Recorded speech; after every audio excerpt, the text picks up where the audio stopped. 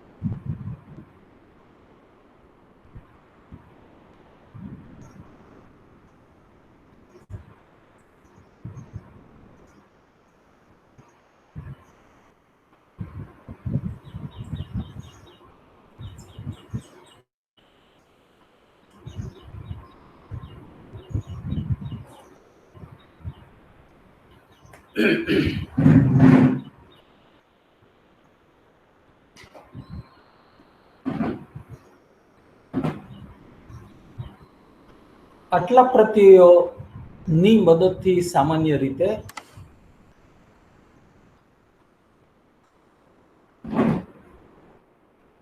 Opposite word એટલે કે antonyms બનતા હોય છે. બરાબર. પહેલું અન, રિયલ અને અનરિયલ. બીજું ડિસ. ડિસ સામાન્ય રીતે જ્યાં લાગે ત્યાં વિરોધી પ્રક્રિયા સૂચવતું હોય. બરાબર. ક્લોઝ કરવું તો એનો બિલકુલ ઉલટું કરવું એટલે કે ડિસ્ક્લોઝ કરવું. ત્યારબાદ ઇન, એક્યુરેટ અને ઇનએક્યુરેટ. ત્યારબાદ મિસ, જ્યાં જ્યાં મિસ લાગે ત્યાં તમારે અર્થ લેવાનો ખરાબ રીતે. દાખલા તરીકે લીડ, તો કોઈને સારી રીતે દોરવવું, કોઈને સારી રીતે માર્ગદર્શન આપવું. એક્ઝેક્ટલી એનું ઓપોઝિટ તો કે મિસલીડ, કોઈને ખરાબ રીતે દોરવવું, કોઈને ખરાબ રીતે માર્ગદર્શન આપવું, તો લીડનું થઈ જાય મિસલીડ. તે જ રીતે મેલ, મેલ એટલે પણ ખરાબ રીતે. પ્રેક્ટિસ અને મેલ પ્રેક્ટિસ, ફંક્શન અને મેલ ફંક્શન. એ જ રીતે સ્યુડો, સ્યુડો છે એનો અર્થ જુદો થાય. સ્યુડોનો મતલબ થાય નકલી. બરાબર. નેમ અને સ્યુડો નેમ, સાચું નામ અને નકલી નામ. તો જ્યાં જ્યાં સ્યુડો લાગે ત્યાં તમારે સમજવાનું નકલી. બરાબર. તો સ્યુડો છે એ ગ્રીક વર્ડ છે. તો કેટલાક પ્રત્યયો એવા છે ઇંગ્લિશમાં કે જે બીજા ભાષામાંથી આવેલા હોય. જેમ કે હિબ્રુ ભાષામાંથી પ્રત્યય અંગ્રેજીમાં આવ્યો એન્ડ.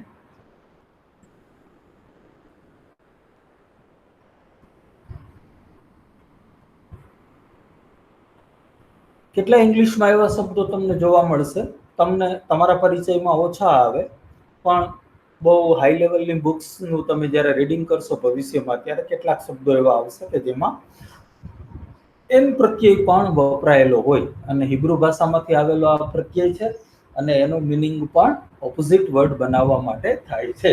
તો થોની એટલે મૃત્યુ, એન્થોની એટલે મૃત્યુ નહીં એટલે કે અમર. બરાબર. તો એન પણ એક મૃત્યુ છે, એન પણ એક પ્રકારનો પ્રત્યય છે. અને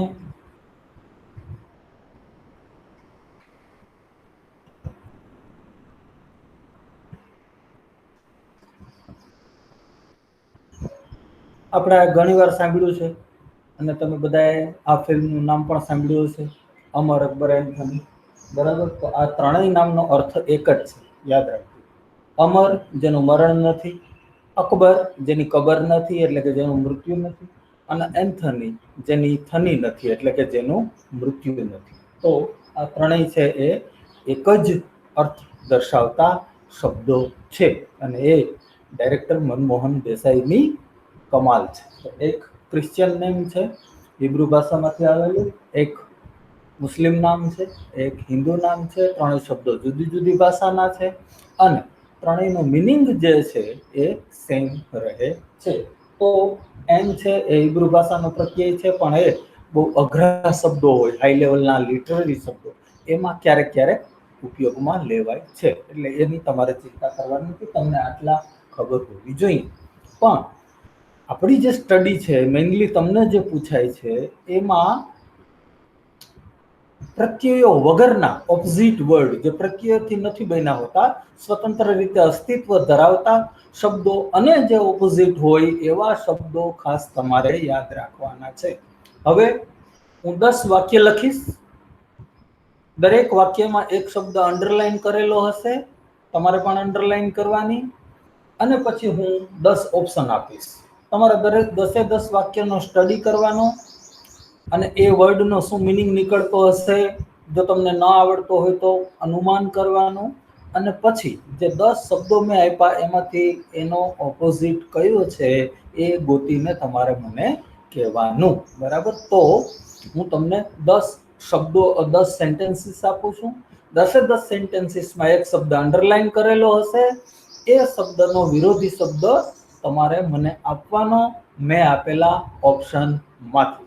પ્લીઝ રાઇટ ડાઉન.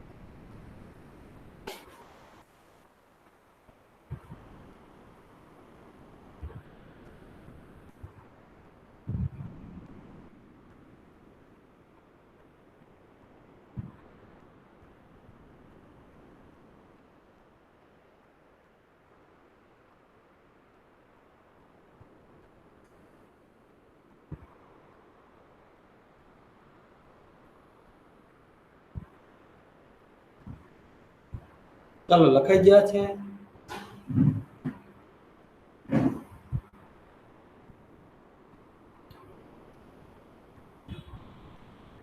હા. ઓકે, નેક્સ્ટ સેન્ટેન્સીસ લખો.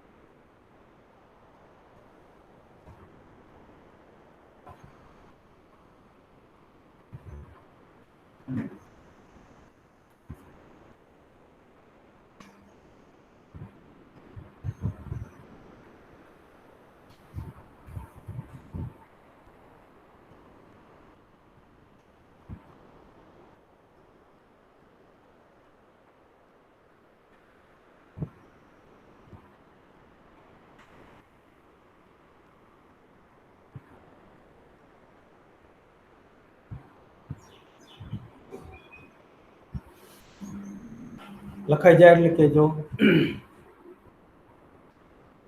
Done sir. હવે 10 વર્ડ્સ લખો. 10 શબ્દો લખો. 10 ઓપ્શન આપું છું, તમારે શોધી કાઢવાનો છે કયો શબ્દ કોનો એન્ટોનિમ્સ છે. Number one,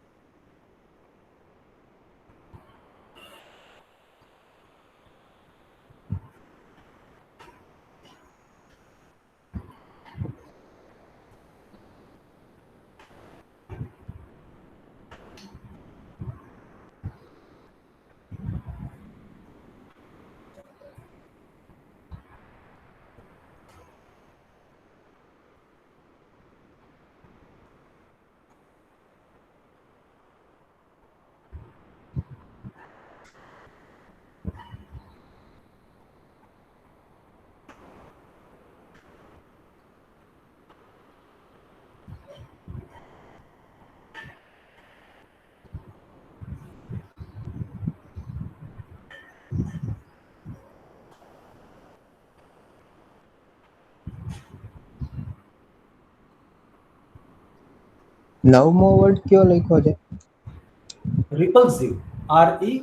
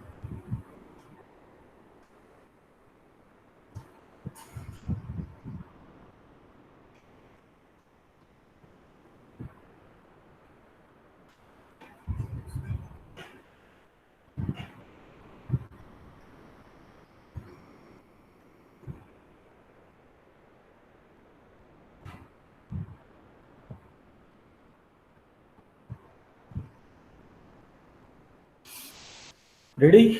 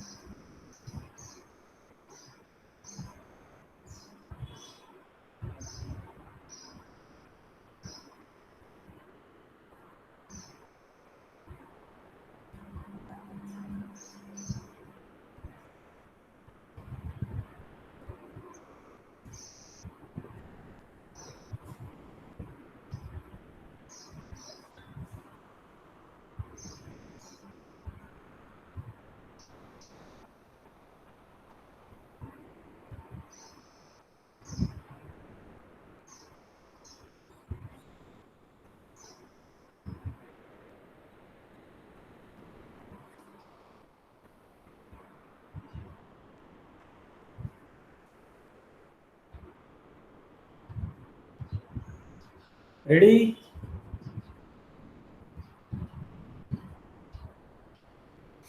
Yes. ઓકે. તો પેલા સેન્ટેન્સ બોલવાનું, એનો મિનિંગ તમે શું કાઢો છો એ મિનિંગ છે એ બોલવાનો, અને ત્યારબાદ અંડરલાઈન શબ્દનો ઓપોઝિટ તમારે બોલવાનો. તો સેન્ટેન્સ બોલો, એ સેન્ટેન્સ શું કહેવા માંગે છે તમારે મને સમજાવવાનું, અને પછી અંડરલાઈન કરેલા શબ્દનો ઓપોઝિટ બોલવાનો. ચાલો, કોણ શરૂઆત કરશે?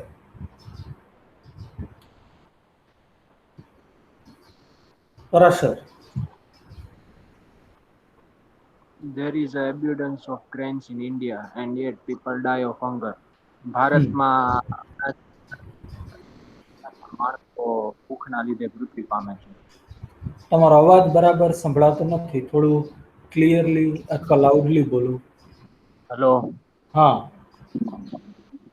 There is an abundance of grains in India and yet people die of hunger. ભારતમાં અનાજની ઘણી વિપુલતા છે છતાં પણ માણસો ભૂખના લીધે મૃત્યુ પામે છે. યસ, ભારતમાં અનાજની વિપુલતા હોવા છતાંય કેટલાક લોકો ભૂખથી મૃત્યુ પામે છે. તો એબન્ડન્સનો મીનિંગ થાય વિપુલતા, બરાબર. એનું ઓપોઝિટ Scarcity. એનું ઓપોઝિટ થાય સ્કેરસિટી. સ્કેરસિટી એટલે અછત, બરાબર. દુષ્કાળ માટે પણ સ્કેરસિટી શબ્દ વપરાય છે, કારણ કે દુષ્કાળમાં પાણી અને અનાજની અછત હોય અને પરિણામે દુષ્કાળ માટે પણ સ્કેરસિટી શબ્દ વપરાય છે. દુષ્કાળ માટે 3 શબ્દો વપરાય. એક સ્કેરસિટી, બીજું ફેમાઇન FAMINE અને ત્રીજું drought DROUGHT.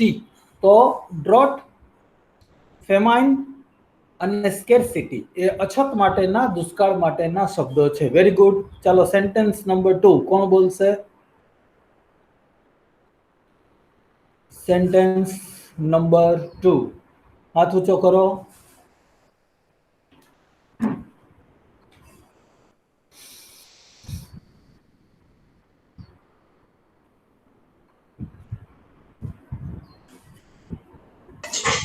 When the police used third degree, he admitted all the charges. એટલે કે જ્યારે પોલીસ છેલ્લી થર્ડ ડિગ્રી નો યુઝ કરે ત્યારે he admires all the charges. એ લોકો બધા ચાર્જ નો માન્યતા આપે છે. નો.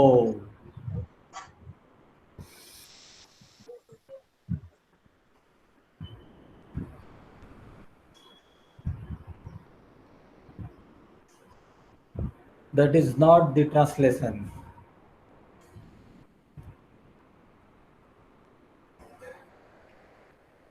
Anyone else? Jalpa?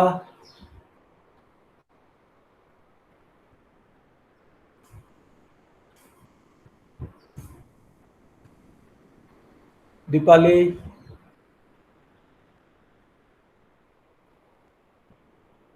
Parashar? When the police used third degree, he admitted all the charges. એટલે કે જ્યારે પોતાની ત્રીજી આંખનો ઉપયોગ કરે છે એ ગુનેગાર, એટલે આમાં ગુનેગારની વાત છે, તેણે બધા પોતાના ગુનાઓ સ્વીકાર કરી લીધા. જ્યારે પોલીસે થર્ડ ડિગ્રીનો ઉપયોગ કર્યો, સાદા ભૂતકાળમાં છે એટલે ટ્રાન્સલેશન સાદા ભૂતકાળ પ્રમાણે થવું જોઈએ. જ્યારે પોલીસે થર્ડ ડિગ્રીનો ઉપયોગ કર્યો, થર્ડ ડિગ્રીનો ઉપયોગ કર્યો એટલે બળ પ્રયોગ કર્યો, માર માર્યો, ત્યારે તેણે પોતાના બધા જ ગુનાઓ, બધા જ આરોપો સ્વીકારી લીધા. આ માનું ટ્રાન્સલેશન છે, બરાબર. સાદો ભૂતકાળ છે એટલે સાદા ભૂતકાળ પ્રમાણે ટ્રાન્સલેશન થવું જોઈએ. તો એડમિટ સ્વીકારી લેવું, બરાબર. બધા આરોપો એને સ્વીકારી લીધા. એનું ઓપોઝિટ શું થશે? DENY છે પણ પાસ્ટ ટેન્સમાં છે, તો DENI એટલે ડિનાય, બરાબર. અને પાસ્ટ ટેન્સમાં ઉપયોગ કરવો હોય તો ડિનાઇડ, બરાબર. તો ડિનાય છે એ એનું ઓપોઝિટ છે. ડિનાય એટલે અસ્વીકાર કરવો, ન સ્વીકારવું, અને એનું ઓપોઝિટ એડમિટ એટલે કે સ્વીકારી લેવું. નંબર 3, સેન્ટેન્સ નંબર 3 કોણ બોલશે? Relationships grow like a plant and you cannot artificially speed it up. એમાં આર્ટિફિશિયલ નેચરલ થશે ને? ઓકે, આર્ટિફિશિયલ નું નેચરલ. સંબંધો એ પ્લાન્ટ જેવા હોય અને નેચરલી ગ્રો થતા હોય, બરાબર. એમાં તમે કૃત્રિમ ખાતરનો ઉપયોગ કરી શકતા નથી. તો આર્ટિફિશિયલ અને નેચરલ, કૃત્રિમ અને કુદરતી. Very good. Next.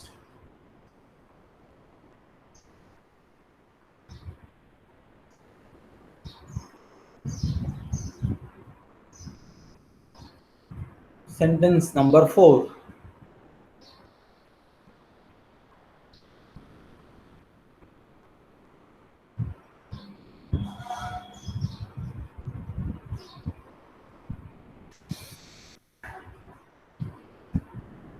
Rusher, any idea?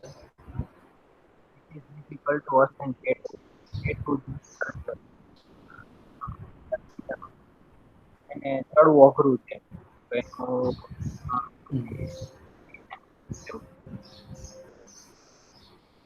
અવાજ બરાબર તમારો બિલકુલ સંભળાતો નથી. It is difficult to ascend K2. K2 જે શિખર છે તેને ચડવું અઘરું છે. એનું ઓપોઝિટ થાય ડિસેન્ડ, નીચે ઉતરવું. Okay, it is difficult to ascend K2. K2 શું છે? What is K2?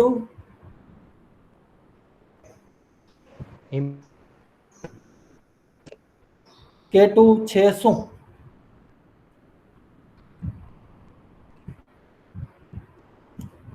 K2 mountain. Yes, આ વિશ્વનો સૌથી કપરો ચઢાણ માટેનો સૌથી કપરો પર્વત માનવામાં આવે છે.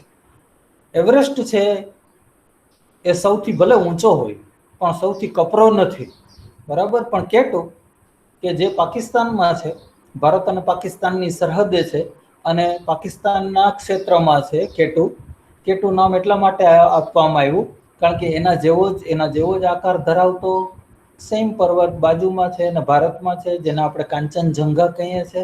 તો કાંચનજંઘા 1 આપણામાં છે અને કાંચનજંઘા 2 પાકિસ્તાનમાં છે. એ કાંચનજંઘા 2 ને શોર્ટ કરીને લોકો બોલે છે K2 તરીકે, બરાબર. તો K2 છે એ બહુ જ ડિફિકલ્ટ, ચઢાણ માટે સૌથી મુશ્કેલ પર્વત માનવામાં આવે છે. ભલે એવરેસ્ટ કરતાં એની હાઈટ થોડી ઓછી છે પણ ચઢવામાં બહુ જ મુશ્કેલ છે. તો એસેન્ડ અને ડિસેન્ડ. એસેન્ડ એટલે ચઢાણ કરવું અને ડિસેન્ડ એટલે ઉતરાણ કરવું. એકદમ પ્રખ્યાત મૂવી ઇંગ્લિશમાં વર્ટિકલ લિમિટ, બહુ જ મારું ફેવરિટ મૂવી છે વર્ટિકલ લિમિટ. એમાં આખી સ્ટોરી K2 ના ચઢાણને લગતી છે. ચાલો નેક્સ્ટ.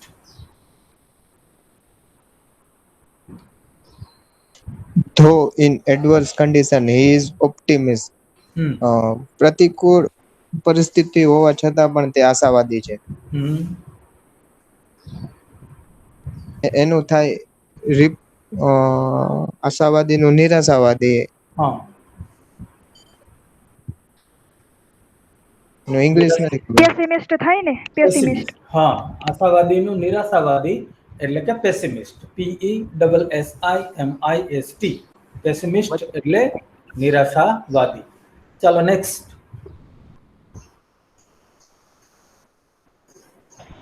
પ્લાન્ટ એક્સહેલ CO2, એનું opposite inhale. Okay, plant exhale carbon dioxide. વૃક્ષો, છોડવાઓ ઉચ્છ્વાસમાં કાર્બન ડાયોક્સાઇડ બહાર કાઢે છે. તો એક્સહેલ નું તમારે ઓપોઝિટ કરવાનું ઇનહેલ, બરાબર. એક્સહેલ નું ઇનહેલ. જ્યાં જ્યાં EX લાગતો હોય અને એનો ઓપોઝિટ કરવાનું થાય ત્યારે મોટે ભાગે EX ની જગ્યાએ IN આવી જતા હોય છે. જેમ કે એક્સટર્નલ અને ઇન્ટરનલ, બરાબર. એક્સટીરિયર અને ઇન્ટિરિયર. તો એક્સ જ્યાં જ્યાં લાગે ત્યાં ઓપોઝિટ કરવા માટે IN નો ઉપયોગ થતો હોય છે. નેક્સ્ટ.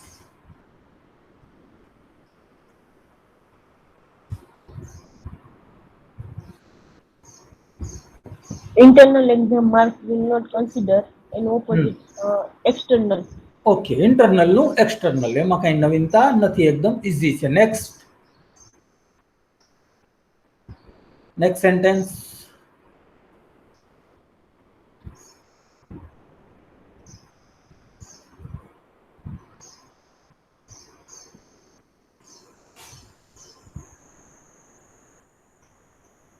બોલો, ઝડપથી બોલો, સાચા ખોટાની ચિંતા કર્યા વગર.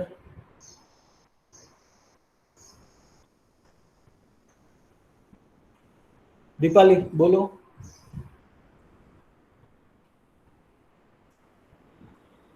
So very rich, he is very frugal. એનો ઓપોઝિટ નથી ખબર સર મને. Okay, though he is frugal, though he is rich, પૈસાદાર હોવા છતાંય તે એકદમ કંજૂસ છે. ફ્રુગલ નો મતલબ કે જે બિલકુલ દાન આપતો જ ના હોય, બરાબર. કોઈને 5 પૈસાનું પણ દાન ન કરતો હોય એવા વ્યક્તિઓને ફ્રુગલ કહેવામાં આવે છે. તો એની જગ્યાએ ગુજરાતીમાં ઓપોઝિટ આવશે ઉદાર, અને ઉદારનું ઇંગ્લિશ તમને કયું જોવા મળે છે? જેનેરસ. જનરસ, બરાબર. તો જનરસ છે એ ઉદાર માટેનો શબ્દ છે, મતલબ કે ફ્રુગલનો એક્ઝેક્ટલી ઓપોઝિટ છે. Next sentence Parashar. I don't like modern dresses. હમ મને આધુનિક વસ્ત્રો પસંદ નથી. હમ એમાં આર્કનિક પ્રાચીન અથવા આર્કેઇક.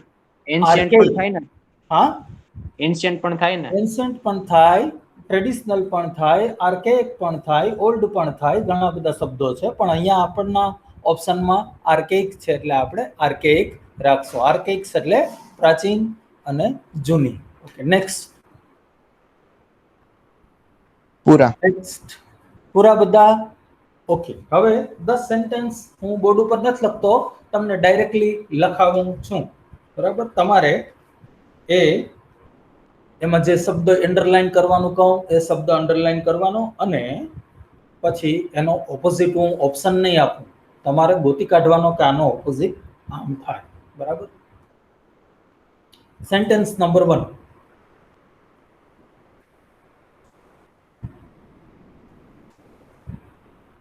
She always thinks that she always thinks that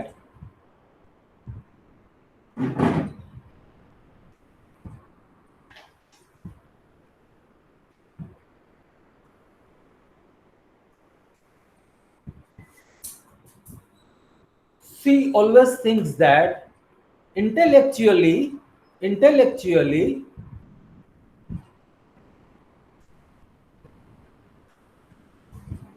she is inferior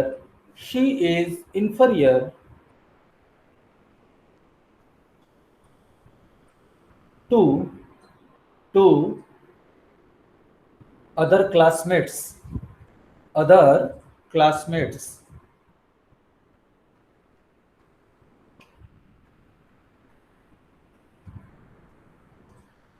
Sentence number 2.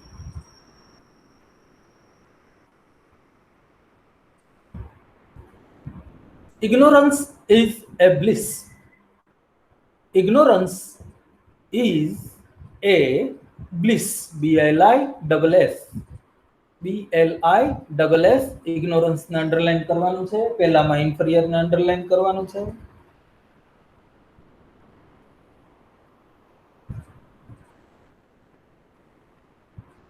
Sentence number 3. He is diligent.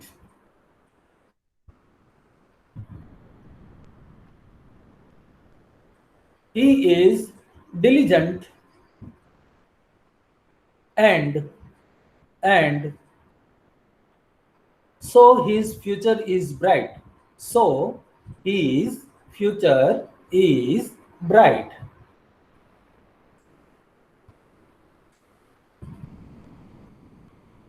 Sentence number 4. It is difficult to straighten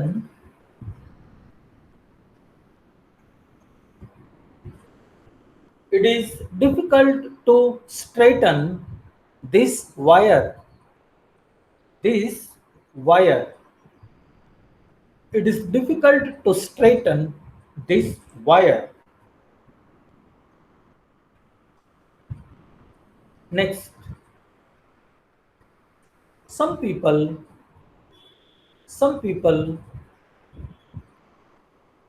do not like to admire others.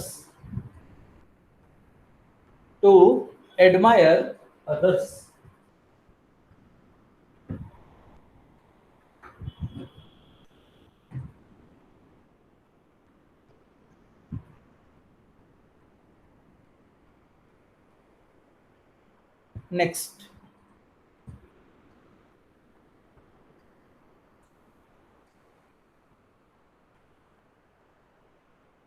In India,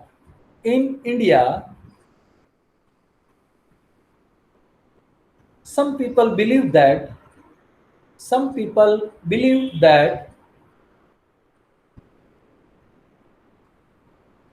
corona is a curse. Corona is a curse afflicted by God. Afflicted by God.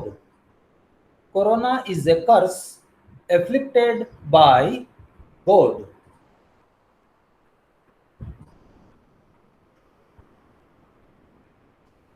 Next. By પછી શું કીધું sir? બોલો. By પછી શું કીધું? Afflicted by God. G-O-D. Afflicted by Okay. God. G-O-D. Next. She is bold and beautiful. She is bold and beautiful. Bold ने underline करजो.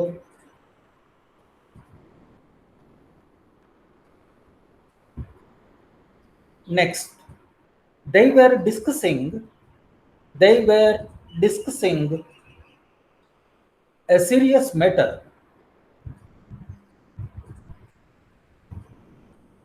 They were discussing a serious matter.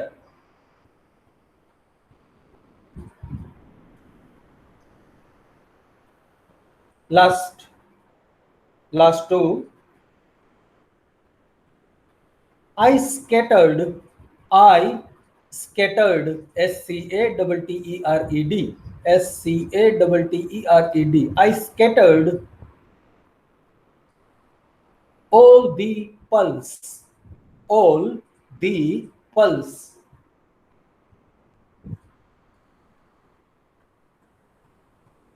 I scattered all the pulse, P-E-A-R-L-S. Next.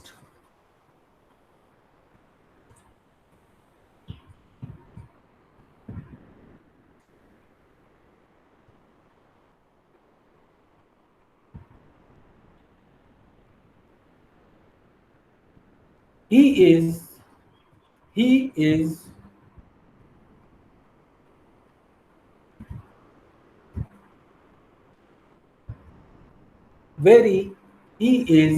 very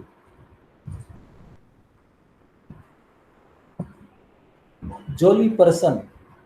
He is very jolly person. He is very jolly person. આ 10 word છે જે તમે તમારા સેન્ટેન્સમાં underline કર્યા છે. આના ઓપોઝિટ જે એક કરતા વધારે હોઈ શકે, બરાબર, એ ગોતીને વાક્યો ફરીથી તમારે બોલવાના છે, બરાબર. અને વાક્ય છે એમાં ઓપોઝિટ જ્યારે તમે મૂકો ત્યારે વાક્ય અર્થસભર બનવું જોઈએ. એટલે જરૂરી ચેન્જીસ કરવા પડે તો કરવાના. તો આ વાક્યોને તમારે રિપ્લેસ કરવાના છે, આની જગ્યાએ ઓપોઝિટ વર્ડ ગોઠવી દેવાના છે, અને વાક્યમાં ચેન્જીસ કરવા પડે તો કરવાના, પણ વાક્ય મિનિંગફુલ રહેવું જોઈએ, બરાબર. તો 5 જ મિનિટમાં એક્સરસાઇઝ તમારે પૂરી કરવાની છે.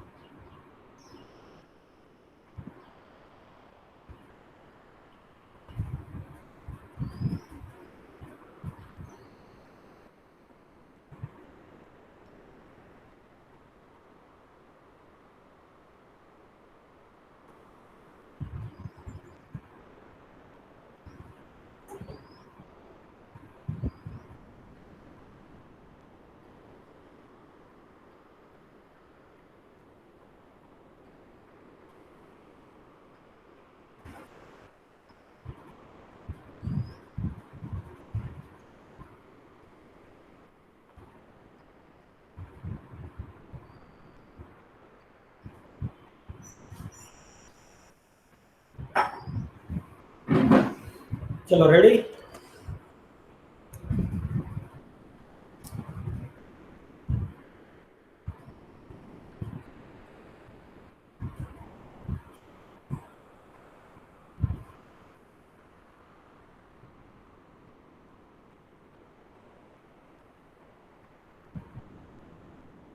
કોણ બોલશે પહેલું? ફર્સ્ટ.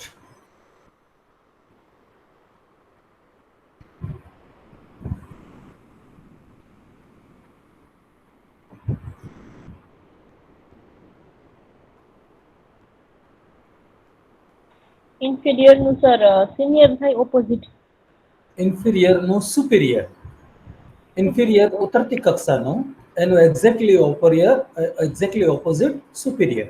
ઇન્ફિરિયરિટી કોમ્પ્લેક્સ લઘુતા ગ્રંથિ, સુપિરિયરિટી કોમ્પ્લેક્સ ગુરુતા ગ્રંથિ. જ્યારે તમને એમ લાગે કે આપણે બીજા કરતા ડલ છીએ, ઠોઠ છીએ, તો એ ઇન્ફિરિયરિટી કોમ્પ્લેક્સ થી પીડાઈ રહ્યા છો એમ કહેવાય. અને તમને એમ લાગે કે આપણા જેટલું હોશિયાર કોઈ નહીં, તો એ સુપિરિયરિટી કોમ્પ્લેક્સ કહેવામાં આવે છે. તો મનની જે ગ્રંથિઓ છે એના માટે શબ્દ વપરાય કોમ્પ્લેક્સ. આપણા મનની અંદર કેટલીક ગ્રંથિઓ, કેટલાક પૂર્વાગ્રહો અસ્તિત્વ ધરાવતા હોય તો એના માટેના શબ્દો છે કોમ્પ્લેક્સ. અને સાયકોલોજીમાં આ 3 શબ્દો છે એ તમને આવડતા જ હોવા જોઈએ.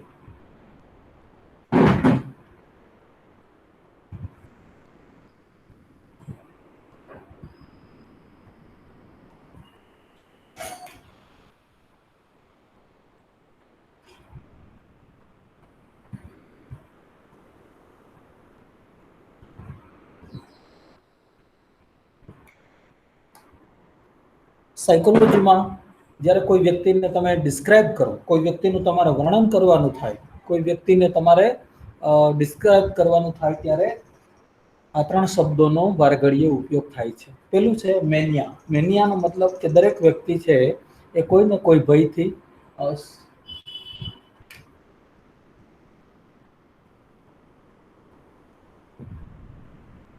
પેલું છે ફોબિયા. ફોબિયાનો મિનિંગ થાય કે દરેક વ્યક્તિ કોઈને કોઈ ભયથી પીડાતો હોય. બરાબર. ઘણાને હાઇડ્રોફોબિયા હોય, મતલબ કે પાણીથી બહુ જ ડર લાગતો હોય. ઘણાને ક્લસ્ટ્રોફોબિયા હોય, મતલબ કે લોકોનું જે ક્લસ્ટર હોય, ટોળું હોય, એનાથી હંમેશા દૂર રહેતા હોય. તમે જોઈ લેજો કેટલાક લોકો એવા હોય કોઈ દિવસ ટોળામાં જાય જ નહીં, જ્યાં ગીર્દી હોય ત્યાં જાય જ નહીં, એકલા અટોલા રખડતા હોય, ન્યારી ડેમ ઉપર શાંતિથી બેઠા હોય, જ્યાં પબ્લિક ના હોય ત્યાં જ એ લોકો જતા હોય. તો એવા લોકોને ક્લસ્ટ્રોફોબિયા કહેવામાં આવે. ઘણાને અલ્ટોફોબિયા હોય. અલ્ટો એટલે હાઈટ થાય, તો બહુ ઊંચાઈએ ન જાય, ઊંચાઈએ જાય તો એને ચક્કર આવવા માંડે. તો દરેક વ્યક્તિ છે એનામાં કોઈને કોઈ ફોબિયા હોય. અને એ ફોબિયા છે એ કોઈ રોગ કે ડિસીઝ નથી, એક સામાન્ય લક્ષણ છે. તમને કોઈ ફોબિયા ના હોય તો તમે નોર્મલ નથી, તો તમે એબનોર્મલ છો. એટલે થોડી ઘણી એબનોર્માલિટી હોય, એ નોર્માલિટી માટે બહુ જ જરૂરી છે. તમે તો જ નોર્મલ કહેવાવ જો તમારામાં એબનોર્માલિટી હોય. તમારે બિલકુલ એબનોર્માલિટી હોય જ નહીં, કોઈ જાતનો ફોબિયા જ ના હોય, તો કંઈક પ્રોબ્લેમ છે એમ તમારે સમજી લેવાનું. ઓકે. મેનિયા એટલે દરેક વ્યક્તિને કોઈને કોઈ વસ્તુનો ક્રેઝ હોય, કોઈ વસ્તુ પ્રત્યે જબરજસ્ત. કોઈ ક્રિકેટ મેનિયા હોય, કોઈ ફૂટબોલ મેનિયા હોય, કોઈ પેન્ટિંગ મેનિયા હોય. બધાને કોઈ એકને એક વિષય ઉપર બહુ જ લગાવ હોય, એને મેનિયા કહેવાય. ત્રીજું છે કોમ્પ્લેક્સ. એટલે મેં તમને હમણાં સમજાવ્યું એ જાતની ગ્રંથિઓથી આપણે પીડાતા હોઈએ એને કોમ્પ્લેક્સ કહેવામાં આવે છે. તો સાયકોલોજીમાં આ 3 શબ્દો અવારનવાર ઉપયોગમાં લેવાય છે. ચાલો number 2. Ignorance is a bliss. અજ્ઞાનતા આશીર્વાદ છે.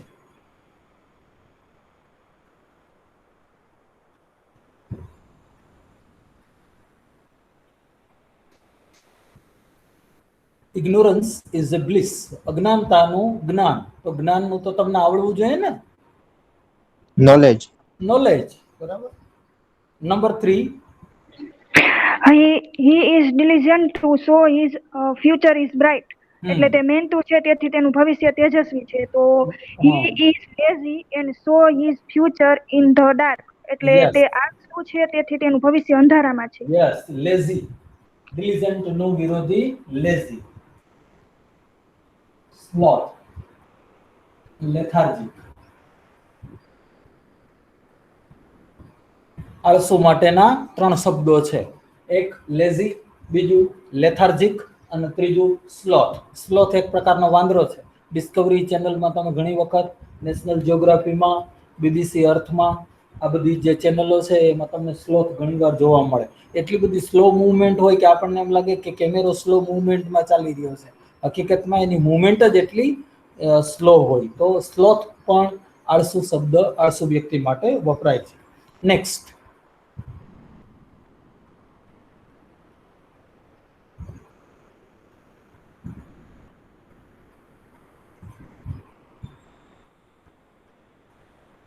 સ્ટ્રેટન નું કોમ્પ્લિકેટ. સ્ટ્રેટન ધીસ વાયર એનું ગુજરાતી શું થાય?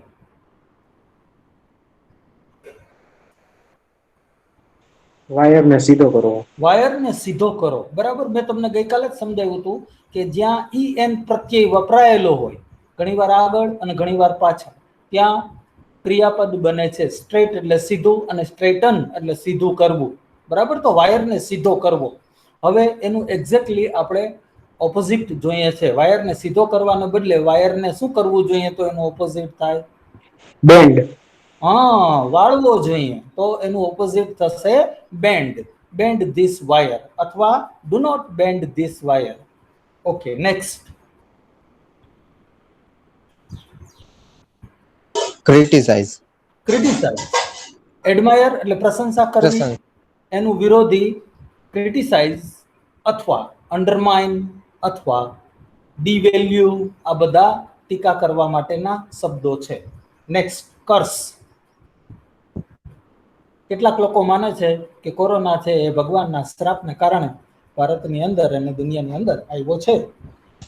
બ્લેસિંગ. બ્લેસિંગ, આશીર્વાદ. બરાબર. ત્યારબાદ બોલ્ડ.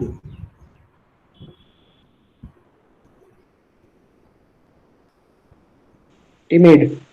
ટિમિડ, ડરપોક. બરાબર. કાવર્ડ. ટિમિડ અથવા કાવર્ડ બે શબ્દો છે. ટિમિડ એટલે પણ ડરપોક, કાવર્ડ એટલે પણ ડરપોક. ત્યારબાદ થોડું અઘરું છે, serious. It is a serious matter. Unserious અથવા અનઇમ્પોર્ટન્ટ થઈ શકે. નહીં. ફ્રીવલસ. ફ્રીવલસ. ટ્રિવિયલ. ફ્રીવલસ અથવા ટ્રિવિયલ, તુચ્છ બાબત, નકામી બાબત, અર્થ વગરની બાબત, સિરિયસ ન હોય તેવી. ટ્રિવિયલ લખો, TRIVIAL. ટ્રિવિયલ અથવા ફ્રીવલસ, FRIVOLOUS, ફ્રીવલસ. ત્યારબાદ સ્કેટર.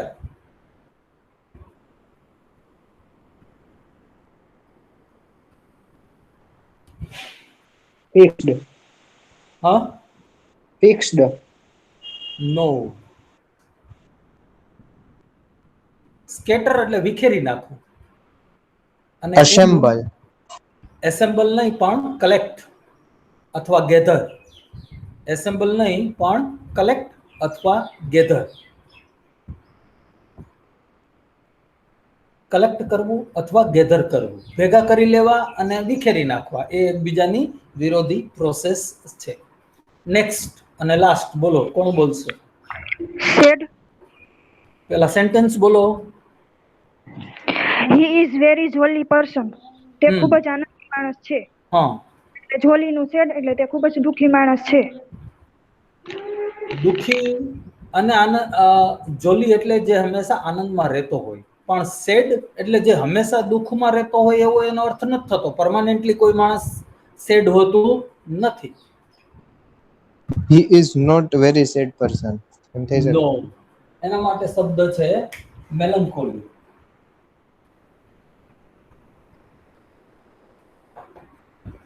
વેરી ઇમ્પોર્ટન્ટ વર્ડ છે, યાદ રાખી લેજો. મેલન્કોલિક, જે હંમેશા ઓફ મૂડમાં રહેતો હોય. સેડ છે એ પરમાનન્ટ નથી દર્શાવતું, ટેમ્પરરી દર્શાવે. જ્યારે મેલન્કોલિક છે, તમે એમ કહો કે આ માણસ મેલન્કોલિક છે, તો એનો મતલબ એવો થાય કે એ માણસ મોટે ભાગે અથવા તો કાયમી એકદમ ઉદાસ મૂડમાં રહેતો હોય છે. તો એવા માણસોને મેલન્કોલિક કહેવામાં આવે છે.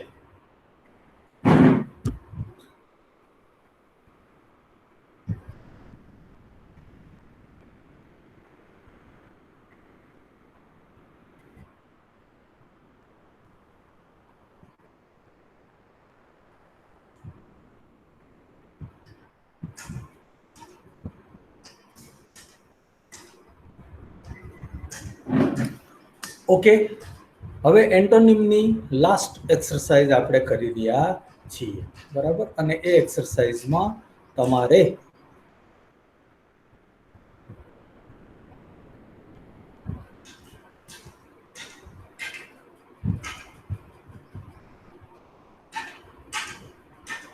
પેર બનાવવાની છે. મતલબ કે 10 શબ્દો હું લખીશ, 10 શબ્દ આ બાજુ, 10 શબ્દ આ બાજુ, તમારે ઓપોઝિટની પેર બનાવવાની છે.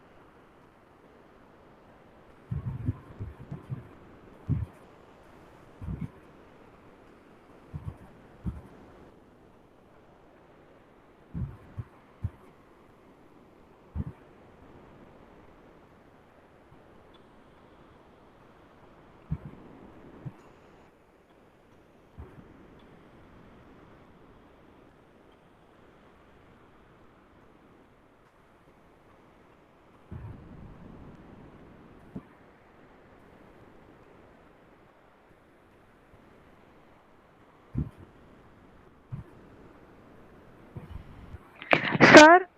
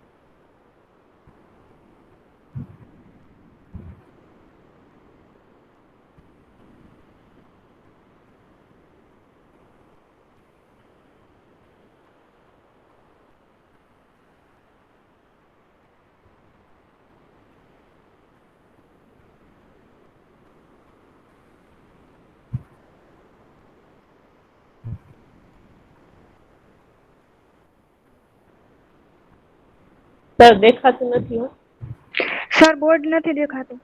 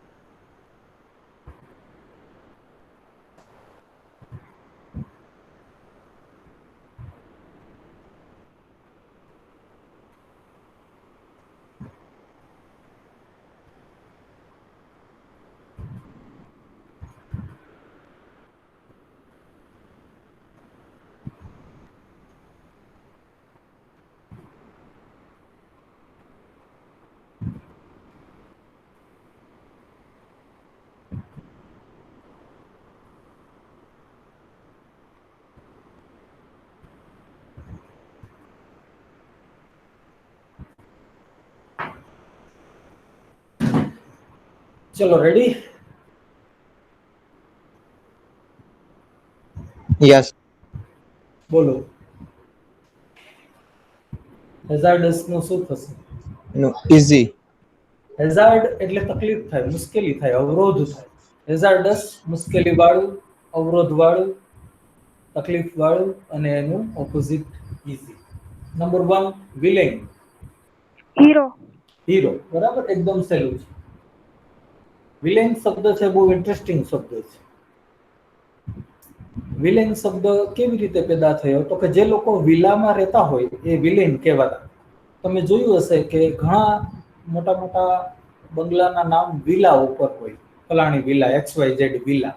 વિલા એટલે ઘર થાય, એક મકાન થાય. અને જૂના જમાનામાં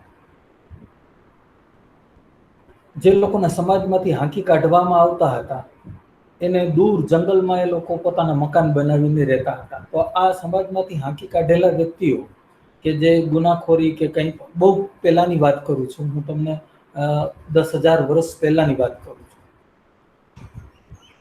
તો એવા લોકો પોતાના જંગલમાં મકાનો બનાવીને રહેતા હતા, અને એ જંગલના મકાનોને વિલા કહેવામાં આવતા હતા, ને એમાં જે રહેતા હોય એ બધા વિલેન હોય. હવે આશ્ચર્યની વસ્તુ એ છે કે આ બધી વિલાઓ જ્યારે ભેગી થાય ત્યારે વિલેજ બને છે. વિલેજ શબ્દ પણ વિલા ઉપરથી આવ્યો, વિલેન પણ વિલા ઉપરથી આવ્યો. વિલા એટલે એક એવું મકાન કે જ્યાં બહાર કાઢેલા માણસો, સમાજમાંથી નિષ્કાસિત થયેલા માણસો ને રહેવા માટેનું સ્થળ છે. તો વિલેન. ટ્રેજેડીનું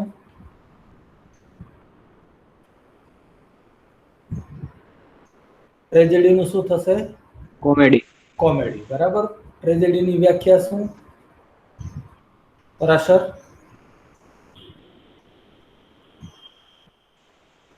કોમ્પ્લેક્સિટી કઈક જેમાં હોય, ક્રૂરતા. ક્રૂરતા હોય. ટ્રેજેડીની વ્યાખ્યા છે કે the play that ends in a tragic mood. એવો નાટક કે જેનો અંત કરુણ મૂડમાં આવે એ બધા ટ્રેજેડી કહેવાય. અને જેનો સુખાંત હોય, જે નાટકનો અંત સુખાંત હોય, એને કોમેડી કહેવાય. ઓપોઝ?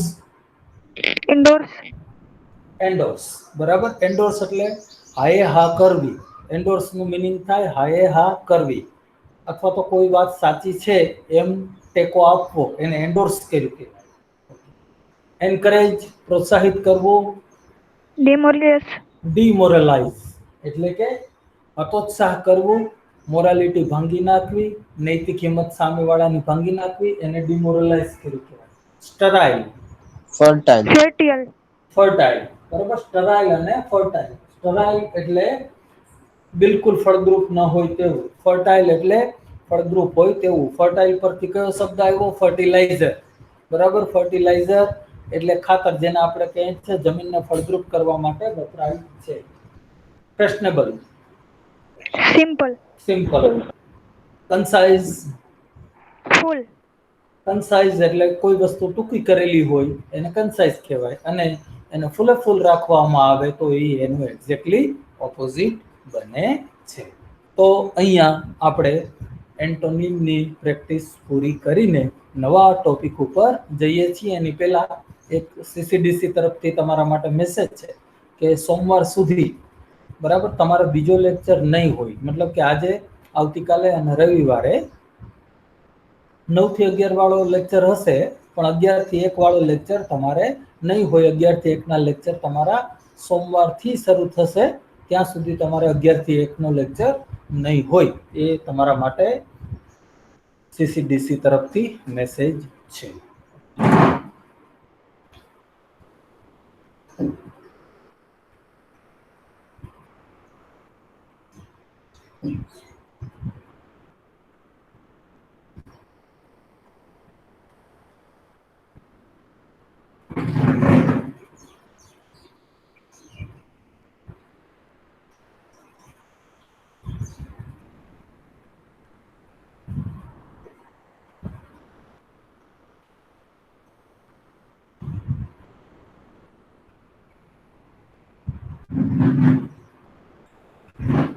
નેક્સ્ટ ટોપિક છે આપણો, જે 5 માર્કનું પૂછાય છે PSI ની એક્ઝામમાં, એ છે કંજક્શન.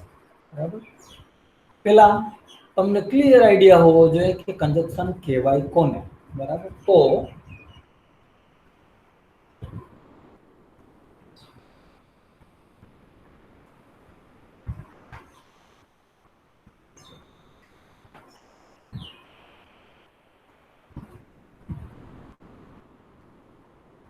ગ્રામરમાં કંજક્શનની વ્યાખ્યા એવી છે કે જે બે ઉપવાક્યોને જોડે એને કંજક્શન કહેવાય. બરાબર. તમને ક્લિયર આઈડિયા હોવો જોઈએ કંજક્શન એટલે શું.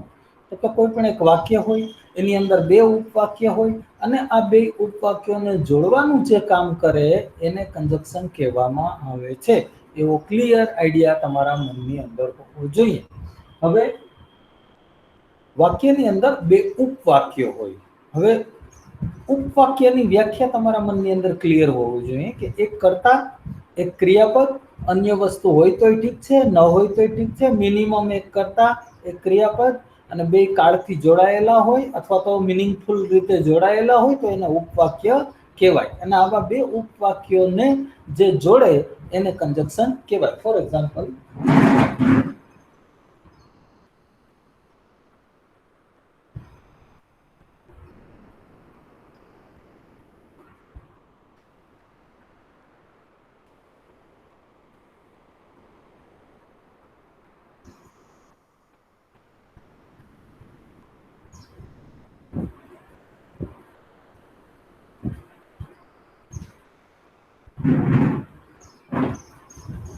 આ એક વાક્ય છે અને એની અંદર બે ઉપવાક્ય છે. બરાબર. પહેલું ઉપવાક્ય આઈ બિગેન ટુ રન, હું દોડવા લાગ્યો.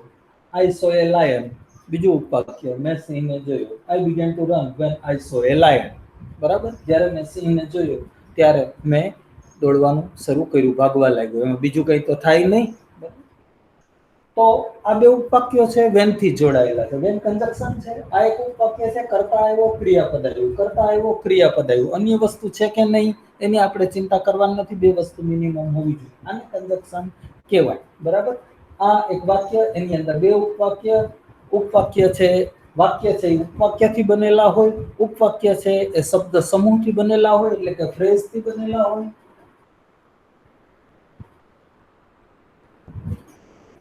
ફ્રેઝ છે એ વર્ડ્સ થી બનેલા હોય. વર્ડ્સ છે મોર્ફિમ થી બનેલા હોય.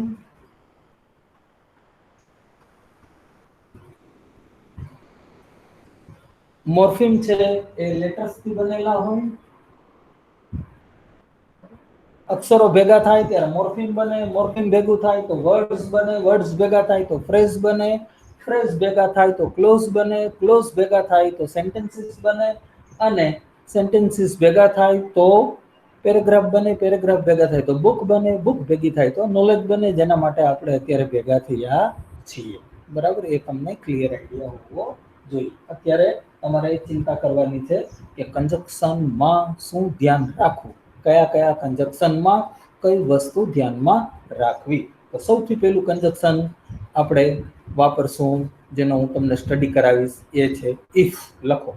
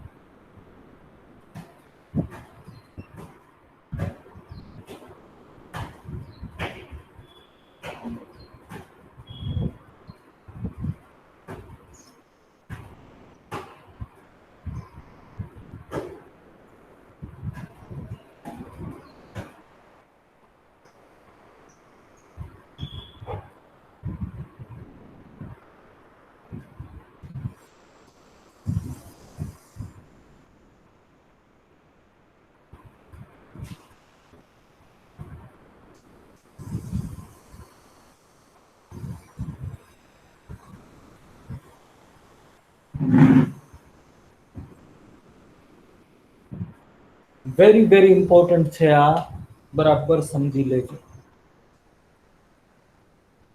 કોમ્પ્લિકેટેડ છે, થોડુંક અઘરું છે, ધ્યાનમાં રાખો. સૌથી પહેલું કંજક્શન ઇફ શેમાં વપરાય? તો કે શરત વાળા વાક્યોમાં વપરાય, જેમાં એક શરત હોય અને એક એનું પરિણામ હોય. આ શરતનું પાલન થશે તો આ પરિણામ આવે. મતલબ કે આની અંદર બે ક્લોઝ છે, એક છે કન્ડિશનલ ક્લોઝ એટલે કે શરત વાળો ક્લોઝ, અને બીજું છે રિઝલ્ટ ક્લોઝ એટલે કે પરિણામ વાળો ક્લોઝ. આ શરતનું પાલન થશે તો આ પરિણામ આવશે. આવા વાક્યો ઇફ થી બનેલા હોય છે. તમારે આની અંદર શું ધ્યાનમાં રાખવાનું? નંબર 1, બરાબર સાંભળજો. જો શરત વાસ્તવિક હોય અને ભવિષ્યમાં પૂરી થઈ શકે એમ હોય તો, જો શરત વાસ્તવિક હોય અને ભવિષ્યમાં પૂરી થઈ શકે એમ હોય અથવા અવારનવાર થતી હોય એવી હોય તો શરત વાળો ક્લોઝ એટલે કે કન્ડિશનલ ક્લોઝ સાદા વર્તમાન કાળમાં અને પરિણામ વાળો ક્લોઝ સાદા ભવિષ્ય કાળમાં વાપરવો. બરાબર?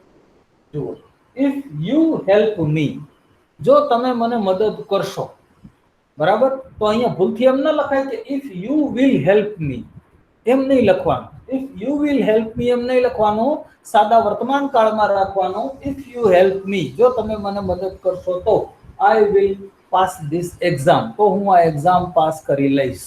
બરાબર? તો આ રિઝલ્ટ ક્લોઝ છે, એમાં વિલ અને મૂળરૂપ સિમ્પલ ફ્યુચર, અને આ છે એ સાદા વર્તમાન કાળમાં છે, યુ નામનો કરતા સાદા વર્તમાન કાળનું રૂપ. કેવા સંજોગોમાં આ વાક્ય રચના વાપરવાની? તો કે જ્યારે શરત ભવિષ્ય કથનવાળી હોય અને વાસ્તવિક હોય. વાસ્તવિક હોય એટલે કે પૂરી થઈ શકે એમ હોય. ઇફ યુ હેલ્પ મી, જો તમે મને મદદ કરશો, એમાં મદદ કરવા કઈ અશક્ય વસ્તુ નથી. તો એવા સમયે રિઝલ્ટ ક્લોઝને સિમ્પલ પ્રેઝન્ટમાં રાખવું અને કન્ડિશનલ ક્લોઝને સિમ્પલ પ્રેઝન્ટમાં રાખવું અને રિઝલ્ટ ક્લોઝને સિમ્પલ ફ્યુચરમાં રાખવું. સમજાણું આ બરાબર? Yes sir. જલ્પા? સર વાક્ય પાછું બોલો તો. જો શરત વાસ્તવિક હોય તો ભવિષ્યમાં પૂરી થાય એમ હોય તો? લખી નાખો. આ નોંધ તમારે લખવાની છે, નોંધ લખી નાખો. નોંધ લખો, વેરી ઇમ્પોર્ટન્ટ છે, યાદ રાખજો. આ જો શરત વાસ્તવિક હોય અને ભવિષ્યમાં પૂરી થઈ શકે એમ હોય તો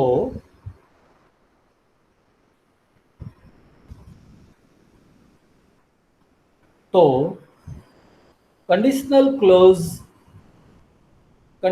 ક્લોઝ સિમ્પલ પ્રેઝન્ટમાં અને રિઝલ્ટ ક્લોઝ સિમ્પલ ફ્યુચરમાં રાખવો. સિમ્પલ ફ્યુચરમાં રાખવો.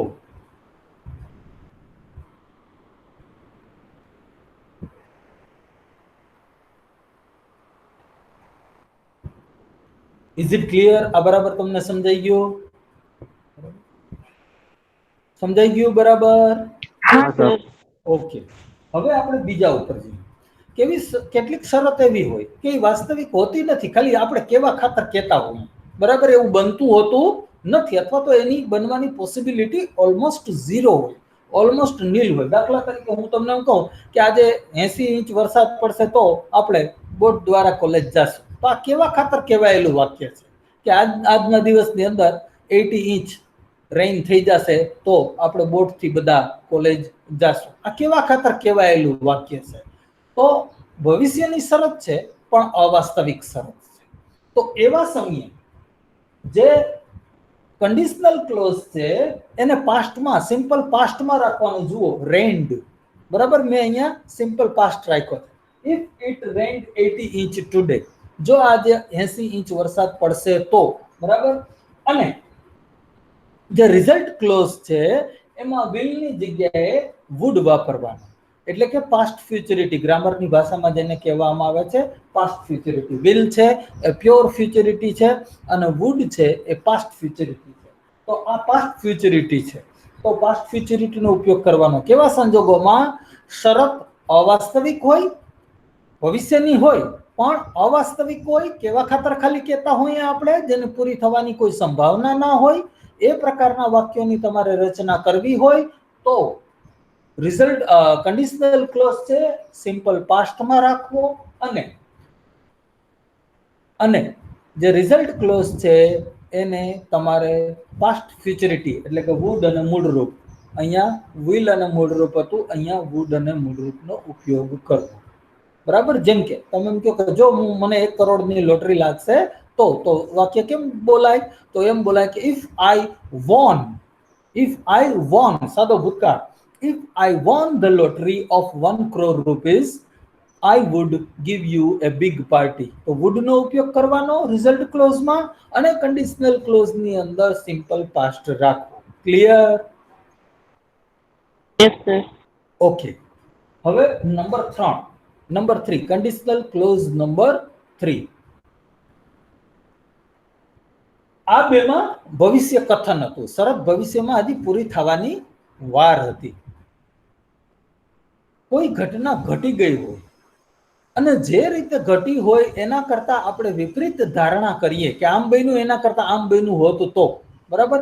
સચિને 75 રનને બદલે 100 રન બનાવ્યા હોત તો, બરાબર? જાહિર ખાને સારી બોલિંગ નાખી હોત તો, બરાબર? વિરાટ કોહલીએ આ કેચ ડ્રોપ ન કર્યો હોત તો ભારત મેચ જીતી ગયું હોત.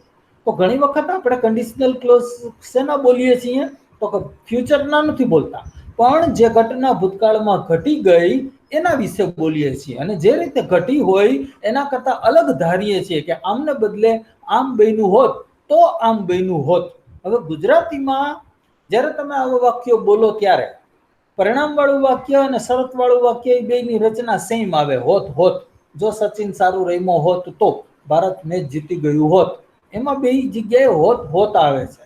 પણ ઇંગ્લિશમાં કન્ડિશનલ ક્લોઝની રચના સાવ જુદી રીતે થાય અને રિઝલ્ટ ક્લોઝની રચના જુદી રીતે થાય. ક્યારે?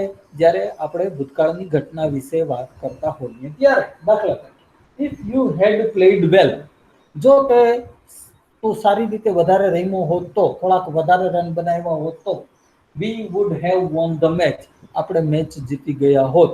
હવે અહીંયા રિઝલ્ટ ક્લોઝની રચના જુઓ, હેડ અને ભૂતકૃદન. કન્ડિશનલ ક્લોઝની રચના જુઓ, હેડ અને ભૂતકૃદન. બરાબર? આ કન્ડિશનલ ક્લોઝની રચના છે, હેડ અને ભૂતકૃદન. રિઝલ્ટ ક્લોઝની રચના જુઓ, વુડ હેવ અને ભૂતકૃદન, વુડ હેવ અને ભૂતકૃદન. તો જ્યારે ભૂતકાળની ઘટના જે રીતે ઘટી હોય એના કરતા આપણે અલગ ધારણા કરવાની થાય ત્યારે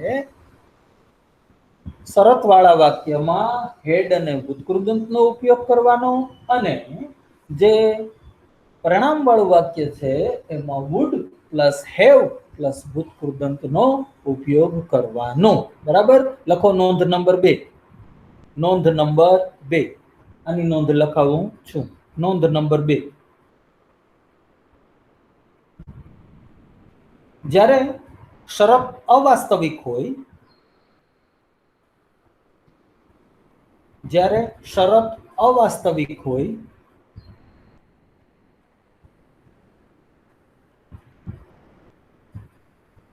એટલે કે જેની પૂર્ણ થવાની સંભાવના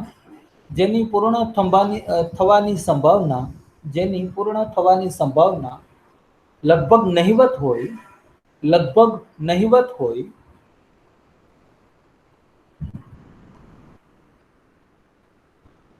તેવા ભવિષ્ય કથન દર્શાવતા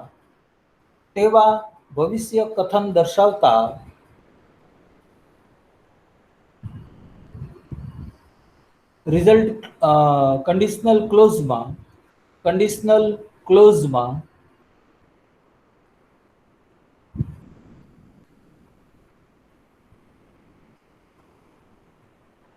સિમ્પલ પાસ્ટ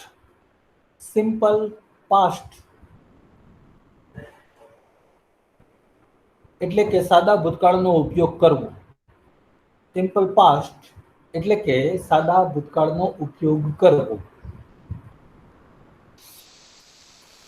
અને રિઝલ્ટ ક્લોઝમાં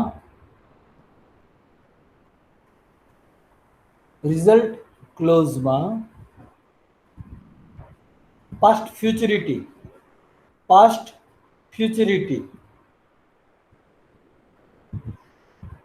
એટલે કે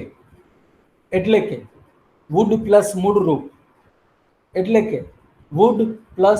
મૂળરૂપ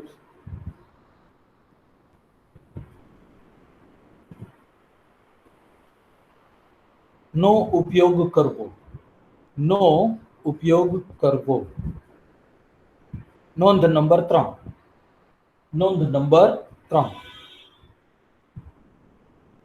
ભૂતકાળની કોઈ ઘટના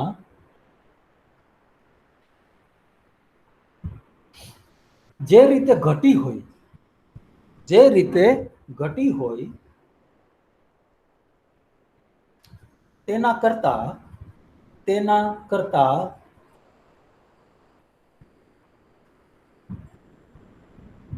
વિપરીત કે અલગ રીતે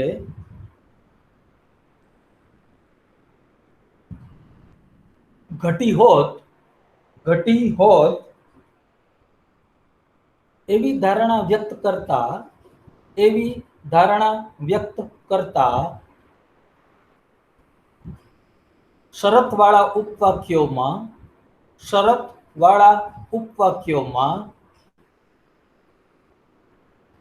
પૂર્ણ ભૂતકાળની રચના રાખવામાં આવે છે.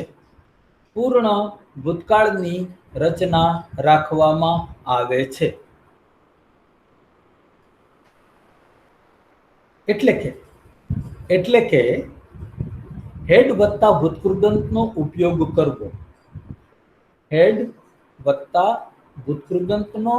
ઉપયોગ કરવો અને તેની સાથે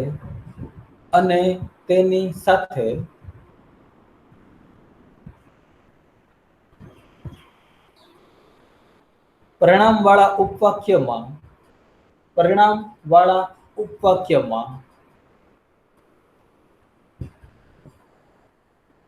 would plus have plus ભૂતકૃદંત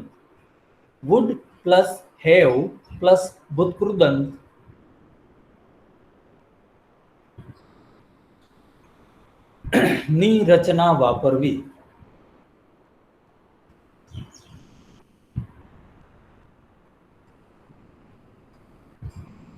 આ બરાબર લખાઈ ગયો અને બરાબર સમજાઈ ગયો? Yes sir. Deepali? Yes, sir. Parashar? Yes sir. Param? હા. ઓકે. તો આ 3 રચનાઓ તમને આવડે. હજી એક ચોથી રચના છે જે આપણે સમય મળશે તો કરશું. હવે હું તમને કન્ડિશનલ ક્લોઝ લખાવું છું. રિઝલ્ટ ક્લોઝ તમારે તમારી રીતે, તમને જે ઈચ્છા પડે એ રીતે, મિનિંગફુલ લાગે એ રીતે તમારે એડ કરવા. બરાબર? યાદ રાખવાનું, જેવો કન્ડિશનલ ક્લોઝ હશે એ પ્રમાણેનું રિઝલ્ટ ક્લોઝ તમે રચજો. બરાબર? જેમ કે હું આ સિમ્પલ પ્રેઝન્ટમાં રચું એટલે તમને ખ્યાલ આવી જવો જોઈએ કે આની સાથે સિમ્પલ ફ્યુચર જ આવે.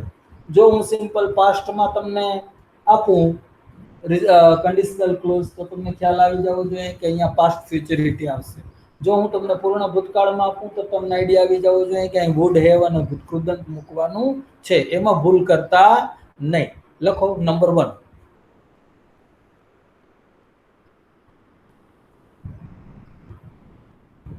If you read this book 2 times,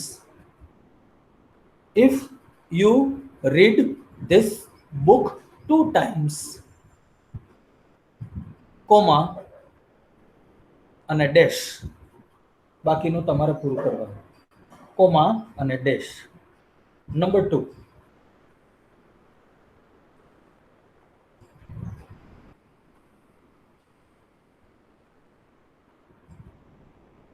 If I had worked harder,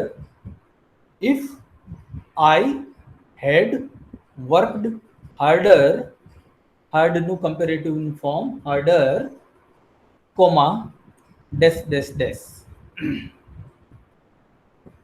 Number 3.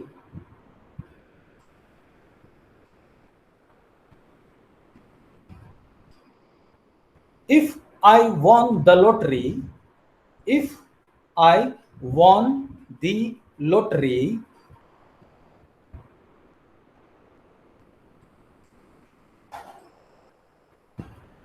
comma dash dash dash.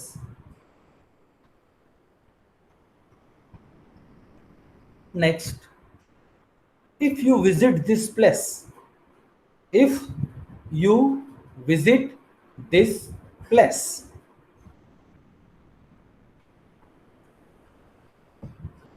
comma dash dash dash.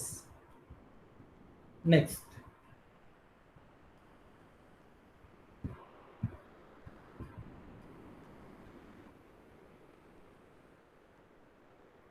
if India won 100 gold medals, if India won 100 gold medals in the next Olympic,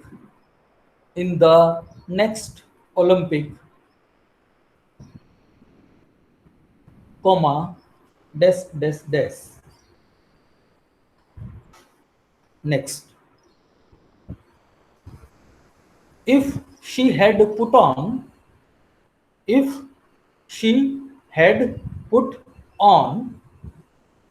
a blue dress, if she had put on a blue dress, comma dash dash dash.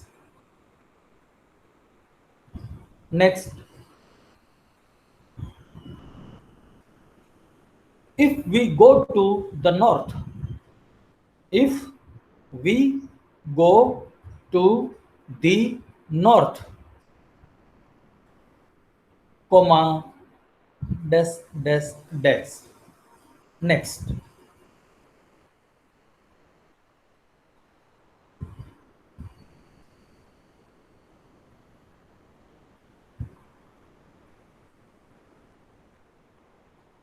if I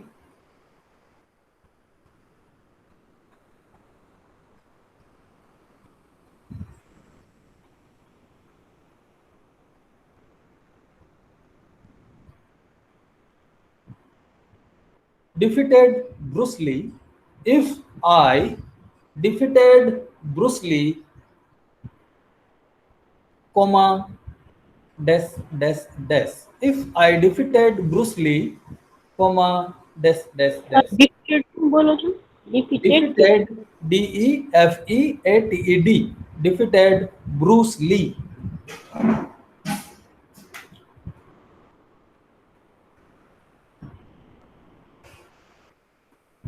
મહાન કુંફુ master અને હોલિવૂડનો જૂના જમાનાનો hero. Last, છેલ્લું.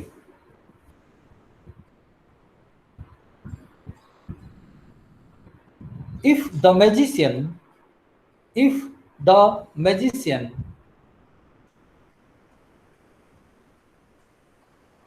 had used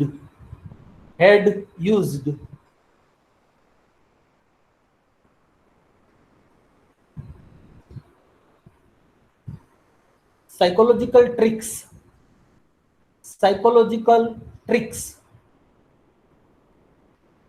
ફરી એકવાર, if the magician had used the psychological tricks, comma dash dash dash. ચાલો 9 વાક્ય થયા. Yes, sir. થયા ને? બરાબર. હવે આમાં તમારે શું ઉમેરવાનું છે? Result close. કંડિશનલ ક્લોઝ મેં લખાવી દીધા. રિઝલ્ટ ક્લોઝ તમને મન થાય એ રીતે કાલ્પનિક ઉમેરવાની છૂટ છે, પણ પૂરું વાક્ય મીનિંગફુલ હોવું જોઈએ. ચાલો 5 જ મિનિટ આપું છું.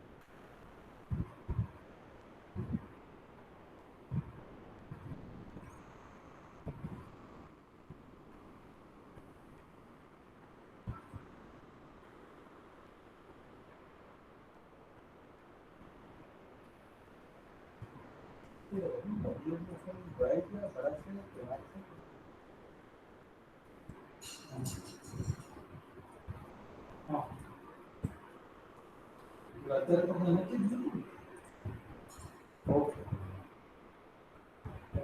હા.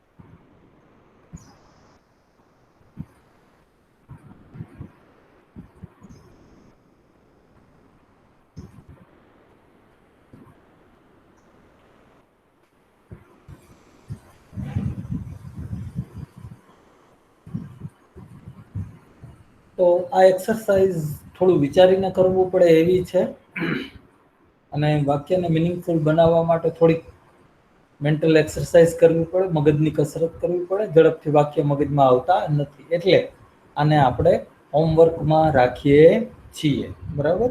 અત્યારે ને અત્યારે તમે આ પૂરું કરી નહીં શકો, અને ઉતાવળે વાક્ય બનાવવા જશો તો વાક્યો જામશે નહીં બરાબર, અને સમય પણ આપણી પાસે બહુ નથી કે આપણે ચેક કરી શકીએ. એટલે આ જે 9 વાક્યો મેં તમને આપ્યા, એ 9 વાક્યને તમે હોમવર્કમાં નિરાતે કરી આવજો. બરાબર. આવતીકાલે આપણે એને ચેક કરશું, અને શક્ય હોય ત્યાં સુધી ઇન્ટરેસ્ટિંગ અને મિનિંગફુલ વાક્યો બનાવવાની કોશિશ કરજો. બીજું મેં તમને કીધું એ મુજબ તમારે 3 દિવસ સુધી શુક્ર શનિ રવિ બીજો લેક્ચર નથી, એટલે કે 11 થી 1 નો લેક્ચર નથી. સોમવારથી તમારા 11 થી 1 ના લેક્ચર શરૂ થશે. કાંઈ પૂછવું હોય તો પૂછો.